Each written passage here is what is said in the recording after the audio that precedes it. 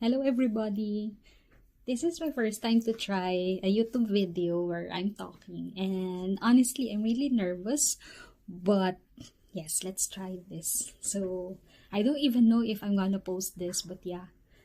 I just want to share that yesterday I dropped by at Decathlon, and I just feel it's funny and a little weird because I stayed there for maybe 15 minutes, and I just keep looking at the running socks, and I wanted to buy, but I decided not to.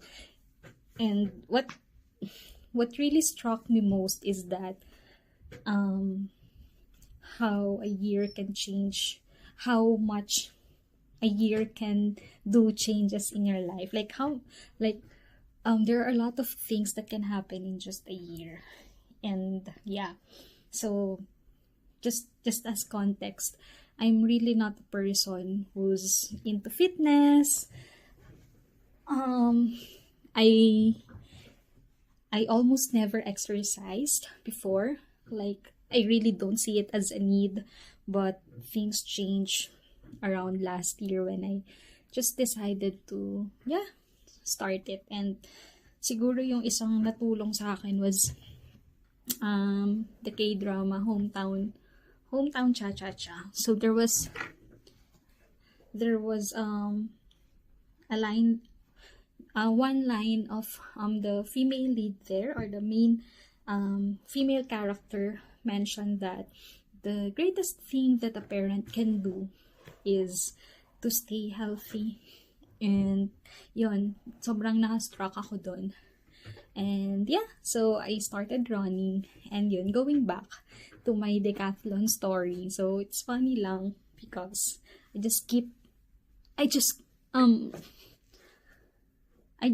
lurking around the running shoes area. And kasi tatlo lang yung running socks ko.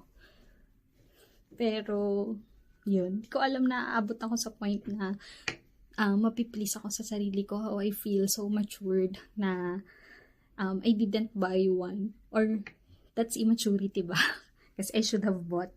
But yeah, pero yun lang, parang I never imagined myself to stay at the Decathlon store. Like, it's something na I won't really frequent to before, or even drop by. And yun, parang staying there for 15 minutes, debating within myself whether I'll buy the socks or not. Parang, it's so unlike me, pero sobrang nakaka-good yung feeling na, wow, ganito na yung mga decisions na meron ako ngayon na kailangan kong pag-decidean. Yun lang naman. And thank you for listening. Thank you for watching. Again, I don't know if I'll even post this, but yeah. Yan lang. Thank you. Bye.